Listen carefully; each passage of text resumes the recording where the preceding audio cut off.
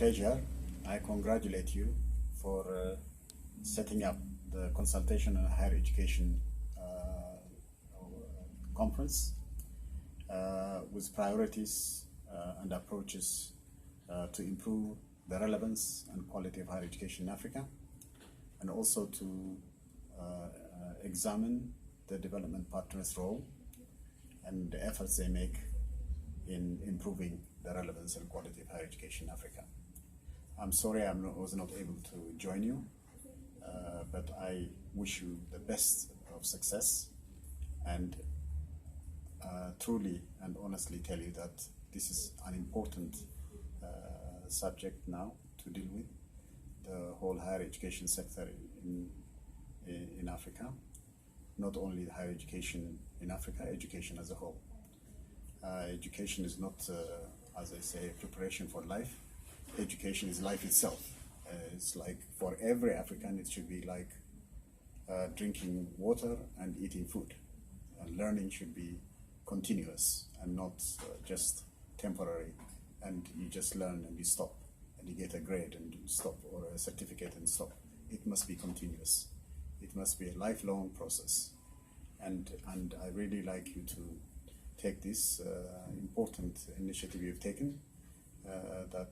That's something that we are proud of you, and we congratulate you. Now, I would like to say a few words about my own engagement with higher education. I was in Europe teaching in universities. Then when I was doing that, I decided to come to South Africa, initially in 1998, and later in 2003. When I came in 2003, the main project was about how we can build the knowledge or the higher education infrastructure across Africa. So we had something like $2 million, and we were able to move across Africa to see if we could get the relevant actors to see if we can promote existing universities, if they can learn how to collaborate, to see if they could emerge into research universities, leading universities. We had this ambition of setting up 5 top research universities in each region of Africa, in the eastern region, southern region, western region, northern region of Africa, and central region included. And of course, we had meetings across. We tried to get all the stakeholders, and we even published books in Arabic, in all different languages.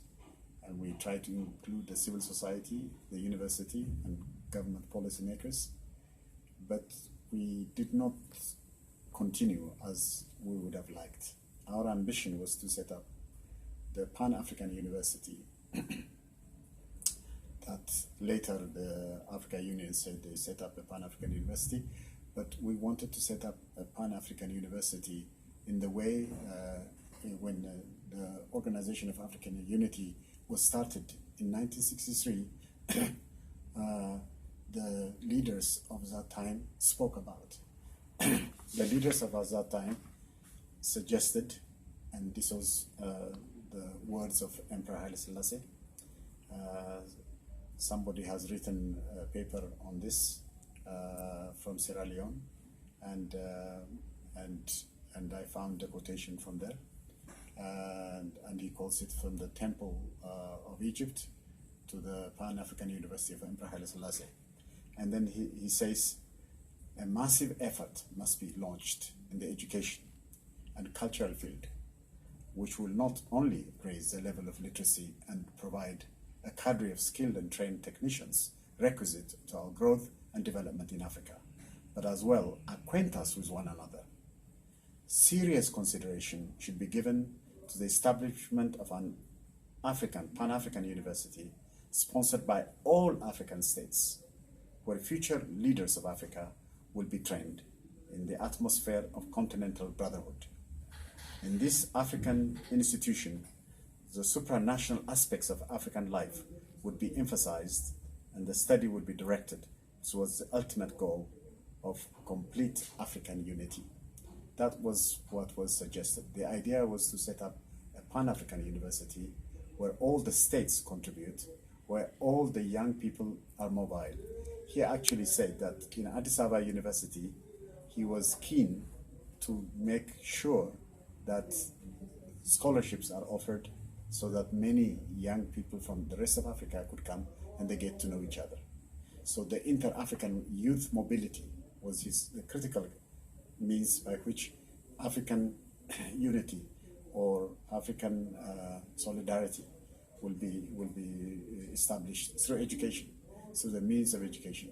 That was what was suggested. But the problem we have now is that we are not in that situation. We do not have Pan-African universities.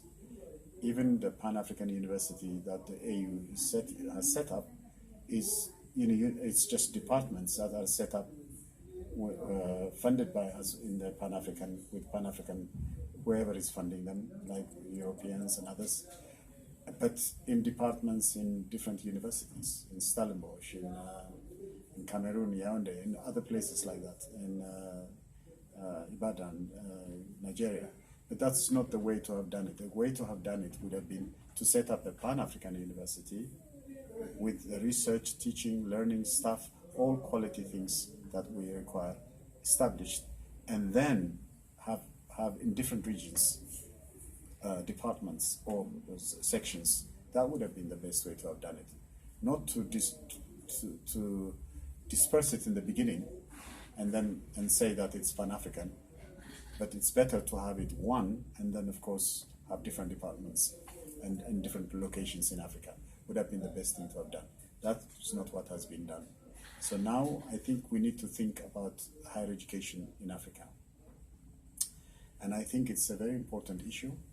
And what we need to think about now is how do we, education itself in Africa have evolved? How have the universities gone? I really think we should think of how universities have been established in Africa from the pre-15th century period, where there is a lot of knowledge heritage that Africans had, which is not now included systematically in the current education curriculum. For example, how many Africans know that the first university was built in Africa? And it is after 229 years when, that Europe got the first university after Africa had done it. Even the second university is African. And I don't want to name the names, but I just want you to find out that we have these universities, we have knowledge, we have rich knowledge that is not included in our current education system. And that knowledge heritage is not something we should ignore. It has to be included. It's extremely important that we do that. And it is something that actually will even increase the quality of the human beings, the Africans, because if they know that this rich knowledge is the source that their ancestors have created, they will be amazed. For example, for where I come from, in Ethiopia, our ancestors created their own alphabet, their own numbering system, their own mathematical system. They have a binary logic mathematical system, which is much richer than any of the mathematics we know now. Even the whole internet world now acknowledges that its mathematics is very much linked, and the principles and the logic is very much, the imagination is very much like the Ethiopian ancestors created. This not just, I'm just mentioning Ethiopia, there are many things we could mention about Africa, but we're not serious about it. So I really like us to really think about this and make sure that we actually develop very much this knowledge connections, interconnectedness, the indigenous knowledge, the knowledge exchange, the scientific knowledge that has come now, and how it's related to our knowledge system is something that we need to do. The other important thing is in the knowledge world is we need to go for what I call the unity of knowledge. The way we think, the way we know is not just from A to B. It's not like a logic, like 1 + 1 is 2. We have other ways by which the very imaginative ways of knowing, where revelational knowing and spiritual matters also engage with our ways of understanding and learning. Those kinds of things also need to be included in our education system, and we really need to. And the other very important thing is our deep values and philosophy. For example, Ubuntu is something that we really need. We need to reject those who actually devalue it. We need to appreciate our rich philosophies and really make them part of our learning. We need to learn about everything, but from everywhere, but our own one must not be rejected. In fact, first and foremost, we should include ours so that we can actually enrich ours with anything we get from the rest of the world. So we do that. By so doing, we actually enrich the knowledge world. So I think these are some of the important things that I like to mention, but I just wanted to mention a few of my thoughts on some of the initiatives we have undertaken. We have now developed a very important initiative. We call it the African Talent, the Pan-African Talent Initiative. It is a kind of initiative to make Africa the talent hub, the knowledge hub, the innovation hub, the entrepreneurship hub of the world. We want that to happen. So we have started something like what we call an African Talent Hub community interest company, which is like a company, and we're trying to raise and mobilize huge numbers of talent to come to Africa, so that Africa is not a talent departure point of the world. Africa is a talent destination point of the world. We want to completely rebrand Africa into that. For that, we are trying to see if the private companies and others could also supply us the funds. We have started it, and we have good support from here, from South Africa. Dr. Mammo is supporting us here.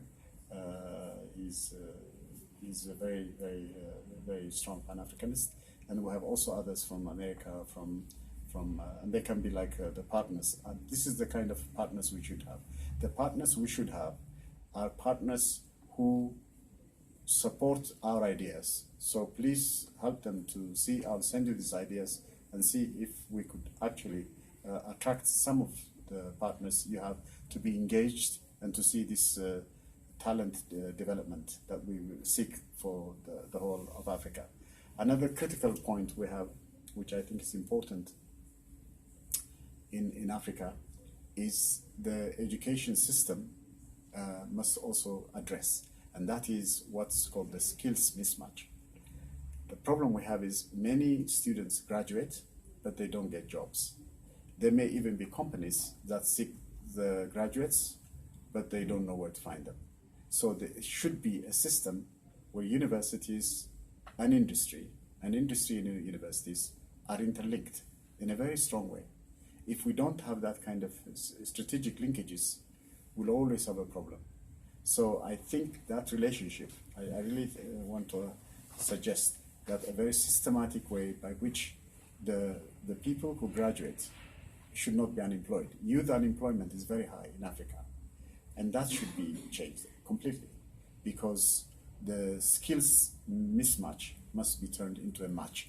And that is something I like you to strongly think about and see how it can be done, and how even the partners from outside can support us to actually develop a very strong initiative where these linkages can happen, where the graduates could automatically either be job creators and not just job seekers, but find a way we can develop entrepreneurship. And I really think also we need to move from just economic businesses to, in Africa, in more social entrepreneurship, where we get many young people to get engaged, to be involved, and that new entrepreneurships develop, but the entrepreneurship is validated by social and economic gain at the same time. If we do something like this, then definitely the future will be bright. I think everything will go well.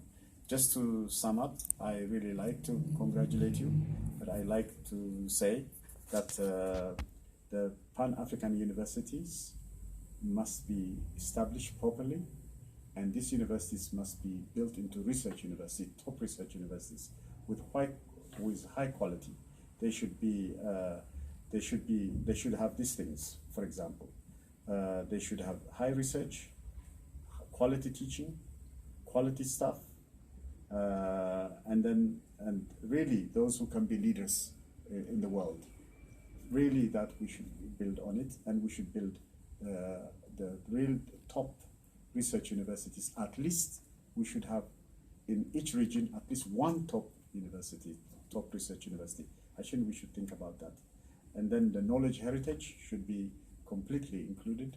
And then the curriculum development must be recalculation. And we should make sure that the inter-African youth mobility across Africa must be promoted, that all universities, at least each university must have something like, from other countries, like at least 50% of their students must not be local. They should be from other parts of Africa. If we do something like this, then we actually create African solidarity, and some of these students will create their own firms together, their own businesses, many things they could do together, meaning it's Africa-wide, and we really integrate Africa. And I think Africa has to unite, because if America with 50 states can unite, why not Africa with 54 states? We should go for unity. This unity should not be delayed, it should be soon. And the education part is something we could do. We don't have to make it political, we just have to make it a way into which that all the young people learn as Africans, educated as Africans, and so on. And I hope you will discuss and come out with some very good ideas. I very much look forward to hearing the outcome from your wonderful, and I'm pretty sure, consultation on higher education meeting. And congratulations for holding the meeting. Next time I will try not to fail, and I will try to participate. And if there is papers and others that need to be contributed, I'll be happy to send it. Thank you very much, and congratulations.